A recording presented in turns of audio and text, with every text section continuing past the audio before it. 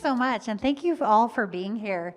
This is never could be a better time in history to be engaged in technology.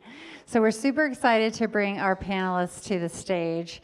And so I will first invite TM Raskra. You all know him, Executive Director, and President, CEO, all the titles, Trailhead. Yeah.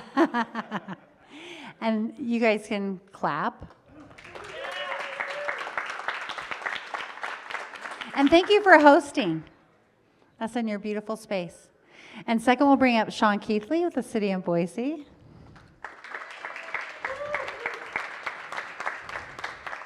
Thank you so much. And Cody with In Time Tech. Thank you. See, I didn't memorize all of your last names, so you'll have to get that. Sorry about that. Yeah, and Ira, let's bring you also to the stage with Boise State University. Thank you so much for all being on the panel today. We're going to have a really good time, learn a lot of new things, and what we'd like to first do is have each of you introduce yourselves, tell us a little bit about how you're connected into the tech ecosystem, and we'll start with that. Yeah, we'll just start with you. Hello? Okay, great. So, hi, I'm Ira Burton. I'm excited to be here. I am the incoming director at Boise State for the School of Computing, and this is a new entity that I'm going to talk about in a moment. But before I get into that, I'll just tell you a quick background. I'm about 28 years in at Micron. I've been an engineer, a director, everything in between, and as everyone knows, Micron's doing a huge expansion. I'm going to spend, I think it's around $15 billion over here in the Valley. And what a great time to leave, right? Right when that's happening, because that's how big the School of Computing is going to be to the Treasure Valley here. And how much time do you want me to take on introductions? That's good. Okay, I'm going to keep rolling then. So the School of Computing is based on 3 pillars, and we'll get into it, but I just want to speak real quick of why it's impactful. The first pillar is about our fundamental computing aspects. That's your computer science, your data science, all of those kind of things. The second pillar is computing throughout the disciplines. Every discipline uses computing today. I don't need to get into that. And the third pillar, the most exciting, is about the societal impact, and hoping to get a chat a little bit more about that later. Thank you. Go ahead, Cody. All right, sounds good. Thanks, Ira. All right. My name's Cody Urban. Great to be out here tonight and see almost all the seats filled, so very cool. I'm the VP of Technology at In Time Tech. I've been here in Idaho now. Actually, this is August, so this makes 24 years and a month that my wife and I have been up here in Idaho, so just a few years. We came up from Wyoming, and we had this great plan. We're like, we'll be in Idaho a couple years. We're going to go here, go there. We're still here. So you can tell how connected we are to the community and just how much fun that we have here. I had a great opportunity to start my career at HP back in 2000, and I was there for 15 years and just had a wonderful time. Worked with so many great people. Some are in the crowd here tonight, and then I had an opportunity to really try something different, and jumped over and worked for Macy's.com for about a year and a half. And while I was there, there was this team they were partnering with from In Time Tech. I got to know them and had an opportunity to jump over and join them 7 years ago. And that's where I've been. And that's kind of my journey on the career side of things. Really at In Time Tech, what I'm up to as VP of Technology is really a bridge between people, business, and technology. And so I've been a developer, I've been an architect, I've really worked closely with partners, and I get to do that every day. So I get to come in, meet new partners, work with our existing partners, really understand their needs, what their challenges are, how technology can solve those things, and then come back to my team and really look at how do we put a team together to come along and partner with them as we provide software services. And then I really have a great chance to work with my engineering team. So we've built a US-based engineering team. We have a team in India. And so I have an opportunity to really help that team grow and develop their skills and proceed along their journey, whether they're a junior engineer or a lead or an architect. So that's a little bit about what I get to do. And so as I do that at In Time Tech, I like to I'm really passionate about what we can do more here in Boise, here in the Treasure Valley, here in Idaho, and bring more folks in and have a chance to experience what I've had a chance to experience. So. Thank you, Cody. You know, when you brought up people, business, and technology, you know, I'm thinking about you, Sean, and that's really the theme song for the city as well. Would you like to go ahead and introduce yourself and all the things you guys are working on? Sure thing, Diane. And I just have to say, I feel like I'm watching the Olympics up here. I mean, humbling to be up with these folks. It's impressive to hear this background of folks that are with us today, and also great to be here at Trailhead and see the, having to squint to see all the way in the back. So proud Trailhead board member. Love the fact that we're here talking about kind of the state of tech in Idaho today. It's a really exciting time, as you'll glean from the conversation we're about to have. My background, how I enter into this conversation, as Diane said, I'm the Director of Economic Development for the City of Boise in the Mayor's Office. I've had a chance to do this for about the past 5 years, and came from a little bit of a different background. I was in planning and development, mostly in the private sector, for most of my career prior to that.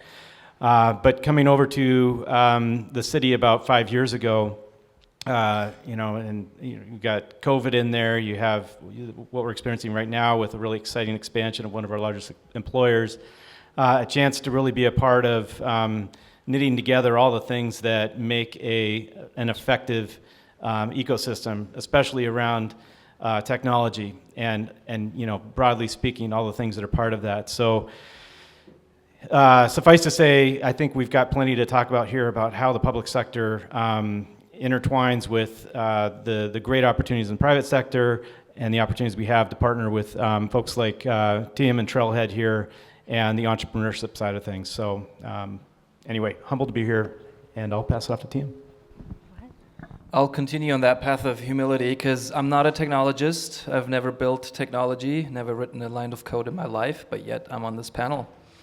That said, I run Trailhead, and the way I look at technology is that technology essentially enables innovation, and innovation drives economic growth, and that's where Trailhead comes into the picture. I've always had the pleasure in my career of accompanying those who build technology, and I've taken the role of integrating technology with people, systems, and processes. So as much as I try to distance myself from being a technologist, I'm a fanboy, what can I say? I'm surrounded by great technologists, and here at Trailhead too, a big portion of our membership is obviously very technology driven. The way I think about it is, what is technology doing to enable entrepreneurs to start and grow and scale businesses? So I'll hope to contribute to the panel sort of from that lens, not as a technologist in the traditional sense.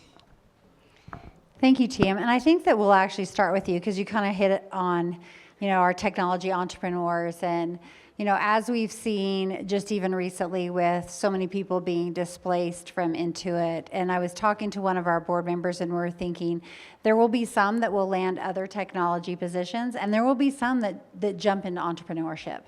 They will take that talent, the expertise that they have. We've seen that a lot recently in the Idaho Technology Council. I've met with some of our newer members that, like even this morning at our 50 to the A, and he was with Micron for 20 years, and now he's a business owner. And we're seeing that happen quite frequently of those that leave the corporate industry and jump into entrepreneurship. So let me lead you with the question with that: is what other opportunities are there for technology entrepreneurs, especially in funding? Because it takes money to make money, especially in technology. Yeah, if it was any other time, I'd say, there's going to be a bloodbath over the talent that's oozing out over there at Intuit. There may still be. So that said, I think it's interesting, economic downturns in general cause a few things. One of them is people go back to school. Another one happens to be people start businesses. And so in terms of funding, if you just got laid off at Intuit and you have an idea, I'm going to discourage you from thinking about funding. Think about the product that you're building and the customer that you're serving. Funding tends to get hyped a little too much for my own liking. Funding plays a really big role in technology companies, those that want to hyperscale. So I don't want to poo-poo funding. But it's also not the first thing I want them to think about. That said, there are sources of funding that are non-traditional. In other words, you don't have to go to friends, family, and fools to ask for money. It helps if you can convince them first before you go to other sources of money. But the SBA has a great loan program for small businesses. The SBA also has a program called, it's the Small Business Innovation Research Program, SBIR, STTR. Those grants and loans are really intended to help early stage entrepreneurs who are doing R&D. And so again, if you just got laid off at Intuit and you want to talk about funding, I'd be happy to talk to you about it. Probably not the first thing on your mind right now. Fair? That is a fair point. Yeah, and I am seeing more financial institutions looking at startup funding. MoFi now has startup level funding and some of ours as well, which didn't used to be the case. You really had to have a couple of years behind you before you could even have the conversation about taking on capital. So Sean, let's throw a question about you. And I know that you didn't bring this up in your introduction, but I know that those that have been following the CHIPS Act, we know that there's going to be a substantial amount of money come through that act to all states and communities. How is that going to play into the Treasure Valley ecosystem? And what would be important for those in attendance today to really know about the CHIPS Act if they haven't been following it? Great question. Yeah, and I'll just echo a little bit what TM said about funding, although I'm not going to poo-poo it, because I think one thing you get really good at, just like being in the nonprofit sector and the public sector, is figuring out where to get funding and getting really good at asking for it. The CHIPS Act is, I think, an example of one of those things that, we're just in this moment right now that I don't know if I'm going to ever see it in my lifetime, where you have this massive restructuring of an entire industry, around semiconductors, but it really goes far beyond that in terms of the overall ecosystem and the way that it's being thought about from that funding perspective. And if you're not familiar with the CHIPS Act, I suspect most of you are, but it was actually instigated by a couple of our leaders here in Idaho, and then furthered by a really broad coalition of folks from the public-private industry until we got to the finish line, and it was announced that we would get a significant piece of it, and specifically, a lot of it going to Micron, but then the spillover effect, and then also the add-on part of it, which is part of that ecosystem piece I was mentioning, is going to come in and supplement the piece that's just going to semiconductors, and also augment that with things that are going to fund things, research in cyber, AI, advanced manufacturing, autonomous vehicles, and other things like that will be focused on commercialization of research. So it's a once in a long time opportunity, and something that I think that we can be proud of as a community for all working really hard to get. But now the challenge is let's make sure that we can continue to pursue other funding opportunities that are related to that. And that's on us as a city. It's on the state. It's on partners that we're all sitting up here with in industry. And I know TM's a part of it, and Diane and her work, when she's not moderator, is also chasing funding that's going to be a big part of this. So it's an exciting opportunity. $6 billion for that semiconductor piece, and then I think quite a bit of other opportunity money around that and other allied sectors of it. If I may just pull on that string, because I can't make a big enough deal of this. So the funding is nice. I just said funding is horrible. Don't go for it. $6 billion is nice. Let me back up. But this is so pivotal. So as an ecosystem builder and non-technologist, think about it this way. Silicon Valley didn't come out of nowhere, right? So who knows what gave birth to what we know now today as Silicon Valley? The more seasoned gentleman. Okay. So NASA and JPL decide that we were going to the moon. Okay, before that, there was no Silicon Valley as we know it today.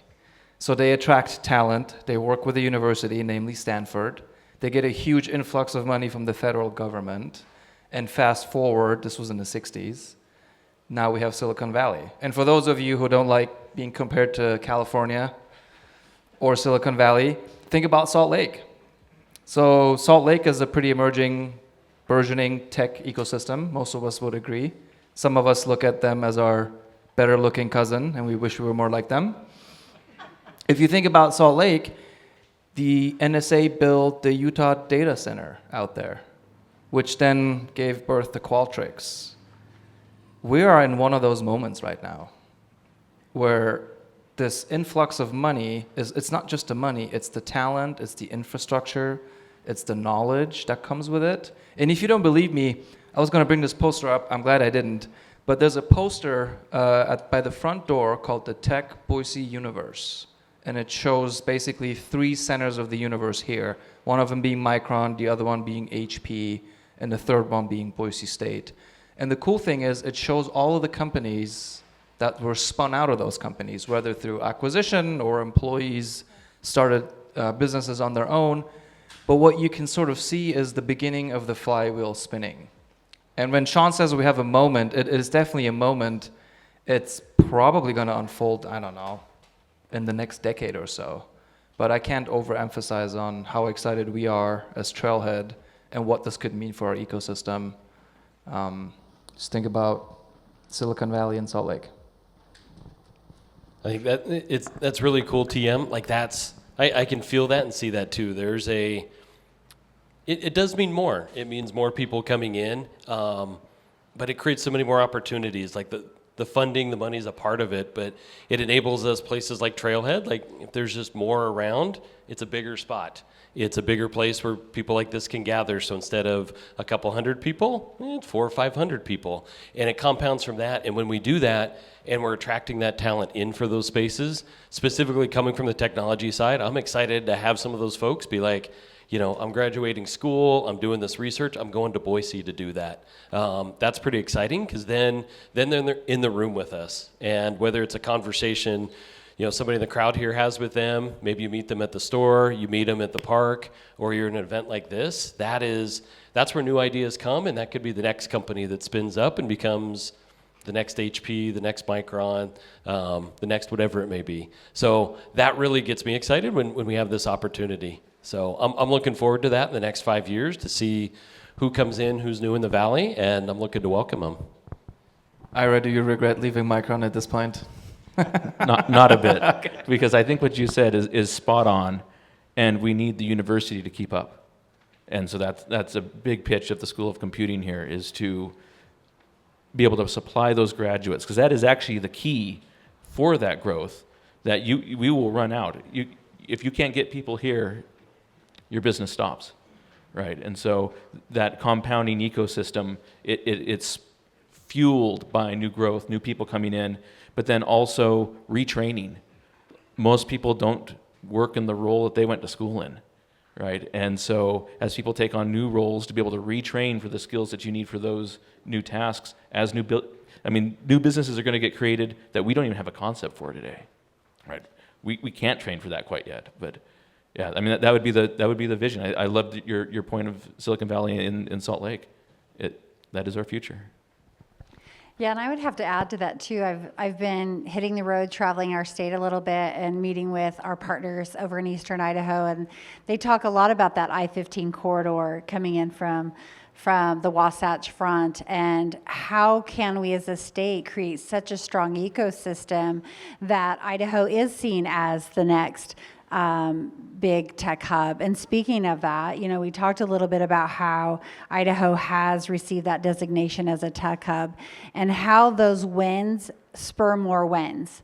As you can tell just from the different industries, we've got education, we've got city, we've got corporate, we've got nonprofit, how that ecosystem, the better we all work together, the more we can tell that story about Idaho. And so that's like really an important thing for the Idaho Tech Council. I attended the quantum computing event at Boise State recently. I know, Sean, you were there. And to your point, Ira, they were talking about there's degrees that don't exist. We're writing the playbook, especially in quantum. But you highlighted on something when you did your intro about your 3 different pillars of the new College of Computing. Talk a little bit about the human side of technology and the societal impact, because I think that as we even talk about AI, the human element, I think, to technology we don't want to lose sight of. Can you speak a little bit about that? Yeah, I think that is actually the true draw of what pulled me out of Micron was I want to be able to make that societal impact for us in Idaho. And I think everyone has been impacted by technology in some manner. And many times that happens by a technologist that just sees shiny and wants to go make that happen. But there are negative impacts. I'm not going to list them all out, but I'm sure everyone thought of something, maybe Facebook, that they've been impacted by. And what I would like to see is, as we develop new graduates, as we put these new programs together, that the ethics side of it, the societal impacts, are also woven into this so that the future leaders that come out of Boise State are ready for that true leadership role. And it's more than just making a new shiny thing. It is transforming other people's lives. It impacts other people's lives. And I mean, we can think about it from a core computing side, but when you look at the impacts of computing across the industry, you can go to automated cars and the legal aspects that come with not having a physical driver. Who gets sued at the end of the day? Who's accountable for impacts that take a life? Or the other angle of that, we have automated cars, we'll have automated driving for semis. We'll displace a huge number of people. That's the top paying job in many states. Hopefully that doesn't get rolled out in the same manner that ChatGPT did, and it just happens, and now we react to this new world. And my hope in developing this new school is that regardless of your discipline, regardless of that background, you've been trained on the ethical and societal aspects of what your job will be when you leave. That's really good. You know, Cody, I want to go back to you for just a moment when we were talking about, you were talking a little bit about In-Time Tech and you're changing over to working for them. And when I think about how the ecosystem is growing and how we're talking so much right now about AI and automation and things like that. But I think that one thing that In-Time Tech has done extremely well is that the culture of the organization. And how do we make Idaho sticky? Like, how do we not only keep our tech talent, how do we also encourage those that are moving here because they love our beautiful state, but they're still keeping their remote jobs for businesses outside of the state? How do we entice them to want to be part of this Idaho ecosystem and not just live here and enjoy our beauty and beautifulness? Yeah, I think it's such a great thing because there's, it's like, what's kept me here? And there's definitely an aspect to Idaho being Idaho that's part of that, and yet people are also looking for, you spend, half of your waking hours, a third of your day doing work. And so how to kind of keep people engaged in that space. One of the things that I see, it is part of a culture, and, definitely I see two things. One is, as companies here, like, how do we lean into what makes us great that's here? Instead of just looking, well, it's business as usual, it's how do we really create something different for people where they have a chance not just to come in and do a job, but to thrive. So really stepping back, like if we're technology leaders, if we're business leaders, asking ourselves some of those questions, like what is our purpose for the people on our team, as well as how we're delivering for our customers, and how do we blend those together? I think that's one key thing where it can be an and conversation. It doesn't have to be just about business or just about people, because a healthy business lets you hire more people, lets you pay salaries, have raises, things like that, create buildings, bigger locations. So they're both required, but looking at them as equals is something that I think we can do. The other side, really where I'd like to get to, something that I'm passionate about, and I can see with what we're up to at Boise State with the School of Computing, is how do we build that sense of community? I think that's something for Idaho, for us to be sticky, is I feel like I'm part of something bigger than myself. I'm not just at my company, but I'm actually connected to somebody down the street or somebody across town. We don't just meet maybe on the soccer field where our kids are, but we're actually connected maybe with what we do. So as technologists, how are we getting together outside of the office and talking about things? Maybe it's ethics, maybe it's a new technology like AI, maybe it's just how do we grow our teams better?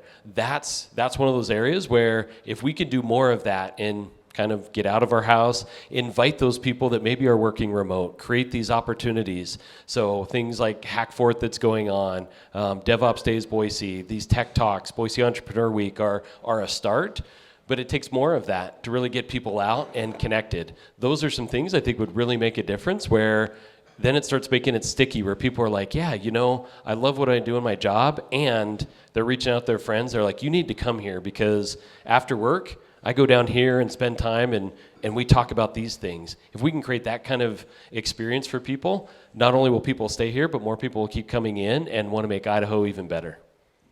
And I would pass that question on to you and to team also. Yeah, I was just I was about to thank you for the plug, Cody, for the fact that Boise is and you can extend this to many places in Idaho, but Boise, I'll speak for that. It's a special place. I mean, folks come here for the first time, and one of the first things they'll always say is, how easy this city is, how accessible it is. And as you stay here and as you grow here and as you become, immersed in the community and grow your profession, you realize how that extends to the professional community. Just like Cody was saying, it's so easy to build relationships here. Now it's a lot easier than it was, say, 5 years ago to access funding. That ecosystem has been built up quite a bit. And it's possible to not just stay in one part of the industry, but you can branch out because those other things are growing around it. It's part of what Diane was talking about, that when we're talking about the generational investment and the gravitational pull that you have when you have this much infusion and attention paid to growing the industry here. You start to have things grow up around it, and it gives that ecosystem vitality. So, and I'll just finish by saying, that allows us in the public sector to do what we really need to do well, and that's build a quality community with the right things that allow people to be here and thrive, and that gets to things like the quality of life, public spaces, a really vibrant, cool downtown, vibrant neighborhoods, and then the things that connect it all. You don't get that everywhere, and if you can experience that in the place you live, you're a lot more likely to stick. And assuming you have that vitality in the economy as well, it builds upon itself. So, I think it definitely all runs together. How do we make Idaho more sticky? I think we lean into our strengths, and most of them you guys have mentioned. Ease of doing business. People are very friendly and accessible. I'm horrible at LinkedIn, but I promise otherwise if you reach out, I'll probably make time to meet with you, even if you're a stranger. That's a Boise thing. At the same time, and I'm not going to get political, so whoever you are, don't take offense to this, but we have to become more inclusive. And I travel a lot. I wasn't born in this country. I am a proud American now. I came here as an immigrant. And if you ask people from around the country and even across the world of what they think of Idaho, is the message that we are sending across our borders, unfortunately, isn't a positive one. It's one of hate, somewhat divisiveness. And we know that that's not how this whole community is, because we live here and I still live here and I love it here. But I think we need to be conscious about what signals we're sending, because we're here to talk about tech. In general, tech tends to be more progressive than other industries. And that said, one could say, well, then what about ag? Well, if agriculture doesn't integrate tech into their industry, they're going to be out of business as well. So tech is sort of synonymous. And what I would say to making us stick here, I would just love to see us being more outwardly welcoming and inclusive, regardless of political affiliation. And I know I'm just touched on a really hot topic, but no one seems to care, so that's cool, right? All right, yeah.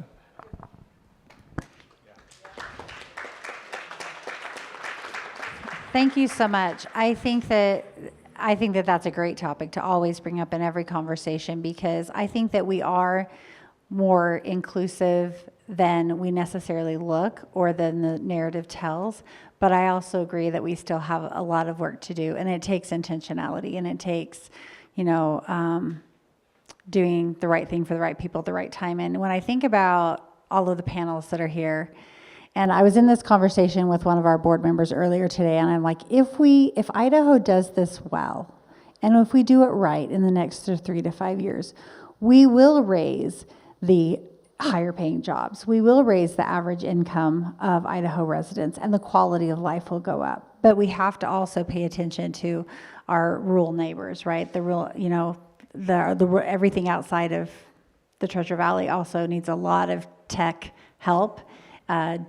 Equity in tech is a big thing, and that's something that the ITC is putting a lot of focus on in the next year, is how can we really be that bridge and that conduit to the whole state in tech. And so that's a big thing on my mission statement, and certainly working with all of our partners. With our last few minutes, I definitely want to make sure we have some time for some questions. But before I turn over to looking at audience questions, I have one question that I'd love each of you to kind of like think about, and just from your perspective. Obviously, the sexy object right now is AI. The scary thing is cyber. What do you see in the next 3 to 5 years? What do the attendees in here need to keep on their radar?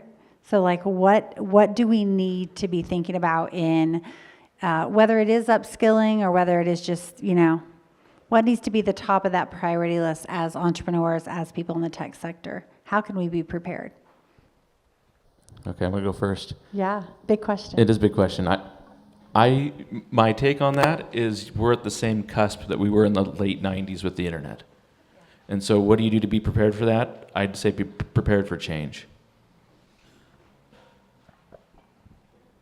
I don't know if I could be that short, but I was like, that's really good though. I think, I wrote some notes as I was thinking about things last night. I was just thinking about, things to share up here, and like what gets me excited, what inspires me each morning, things like AI, really taking those next steps. What keeps me up at night, the cybersecurity side of things, and just that aspect. So I think really it's all about how do you be open. I think, TM, you hit it on the one side of just socially and interacting with people. From a technologist standpoint, that's what I would share is really, I've found the most growth, the most opportunity for myself when I've been open to things. I wasn't the first person going, man, ChatGPT is the coolest thing ever. I was pretty hesitant, and not that I use it every day and tools like that, and yet there's such a part of my workflow and now what I do. I'm finding ways to take things off my plate that are important, but they don't need my full attention. And I'm so excited to have those. And I look back and I can compare that. That's, I used to, like when, Stack Overflow came along, that was, one of the tools on the internet, but I used to get my documentation from CDs, and I would have to sit there and flip through and look through page after page and read books. That was fun, but it took a long time. Now when I could just, ask questions, Google for things, I could be a little bit more productive. We can be more productive now. So really it just takes that openness and really looking at, all right, if I can do this, now that time that it frees up, how can I make more of a difference for my customers, for my team, for my family, looking at that. So I think just be open. Great answer. I think my theme's going to be similar, but it's something my dad used to say, which is simply just get out there, get out there and experience things, and do things that generally, it's sort of cliche, but like do things you're afraid to do, and that's one way to confront change. I think is to just be open to borrow a phrase from Cody, to new opportunities, ways of learning, new sources of information.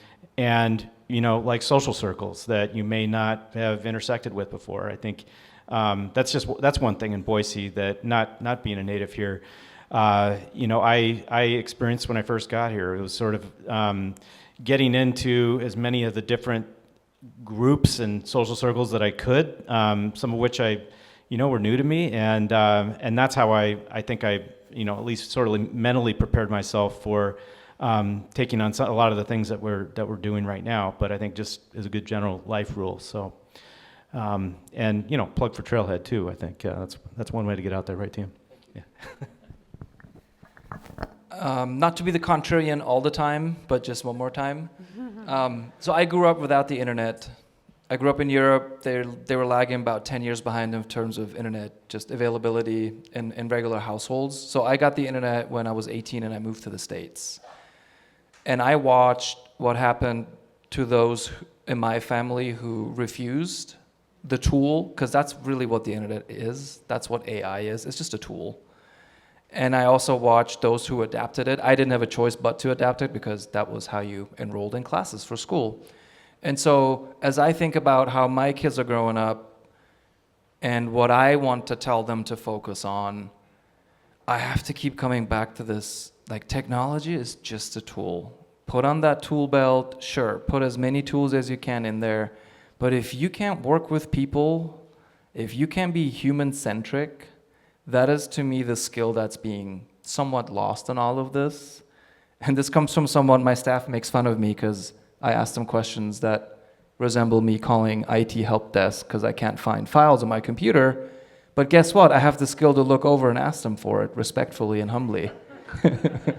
And guess what? I get my answer. And I find my file. Thank you, Annika. So in all this, as we feel like we're passengers in this like technology train that's taking off. It totally reminds me of when the internet was rolling out to households. Just focus on your neighbor, focus on the person that's sitting next to you, focus on yourself, master relationships with others, find a game worth playing. I love that. You know, when I think about the human side of the ecosystem, and I look at all of the attendees in this room right now, and I always say that the value that you take from this, maybe some information that you heard, you might connect with one of the panelists, but if you think about, it's what you do after you leave. In any conversations, I can meet you at a networking event, you tell me who you are, you're with, but if you come and sit down with me and I learn more about your why are you in business? I see a couple people in here that have come and met with me. Jenny Hoven's right there. And after that, you know, then I can make those valuable connections. We can see what we can really do to help you get to the next level. And you can have those conversations with each other, you know, build that tribe around yourself of people that want to see you be successful. And I agree with TM, like, I never thought that I would be building websites and I could build a website, you know, and I never thought that I could be coding, but I'm dangerous enough to change hex codes that I find in coding to make things happen. And so I've taught myself a lot of those things. And so, you know, as whatever journey each of you are on, when you think about what does success look like for you in the next 3 to 5 years and who needs to be part of that success. And I think that's part of coming to these tech talks and making some valuable connections and then following up and being intentional about the meetings after the event. Because that's when the magic really happens, is when you carve out that one-on-one time with another human and take on the world together. So let's open it up to some questions.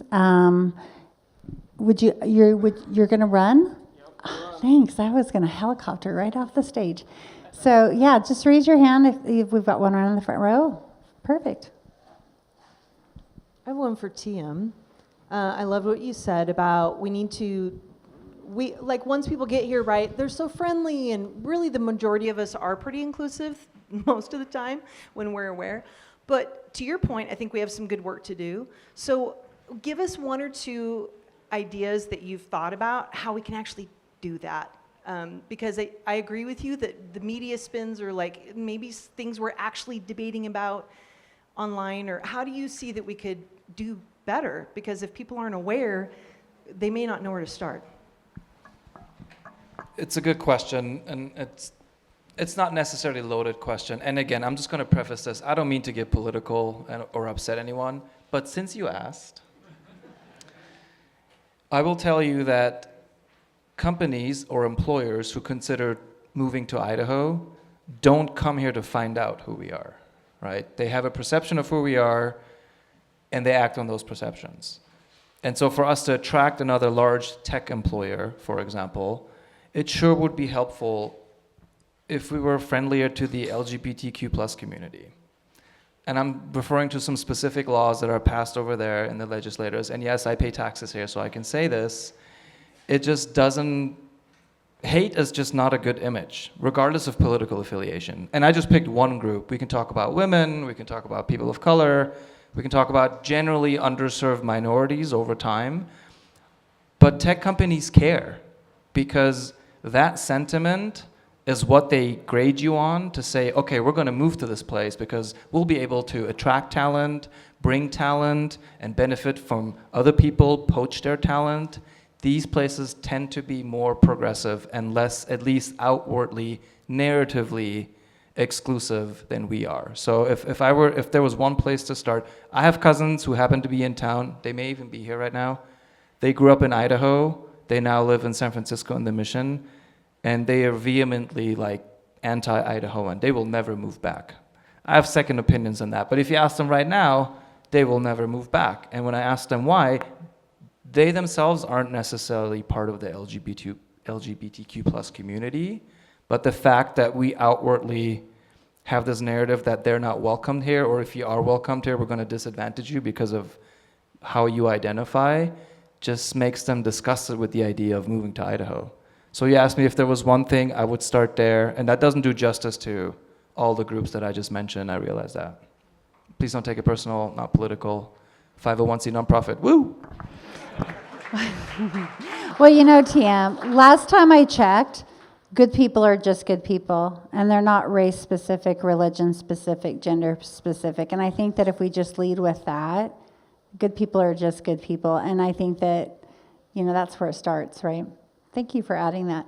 Anything that any of you want to add to her question, or we'll go for another question?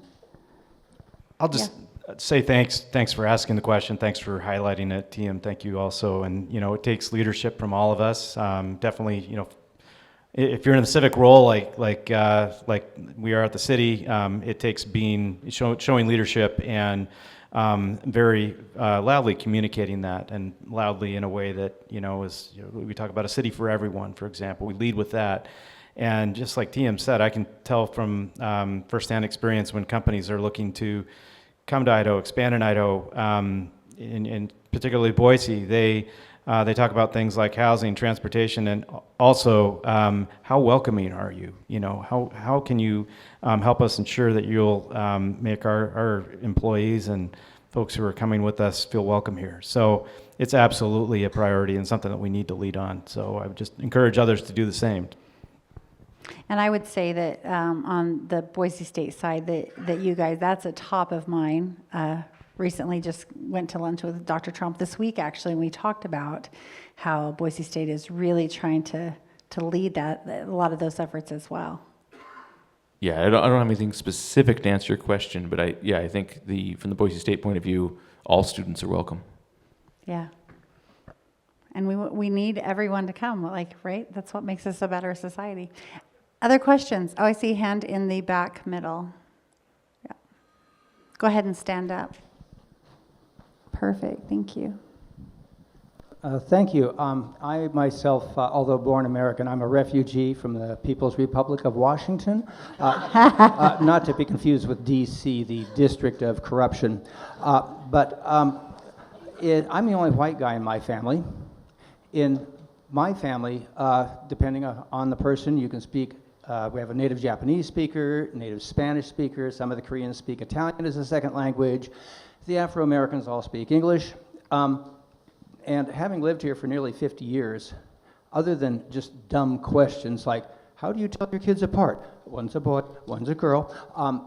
We have not had any problem living here in Boise and have been very comfortable. And boy, do we stand out in a crowd. So what kind of issues have you faced? I want to know the same. Sorry. I'd be happy to talk to you after this panel. You don't do it in public? I'm in public right now. I said what I said.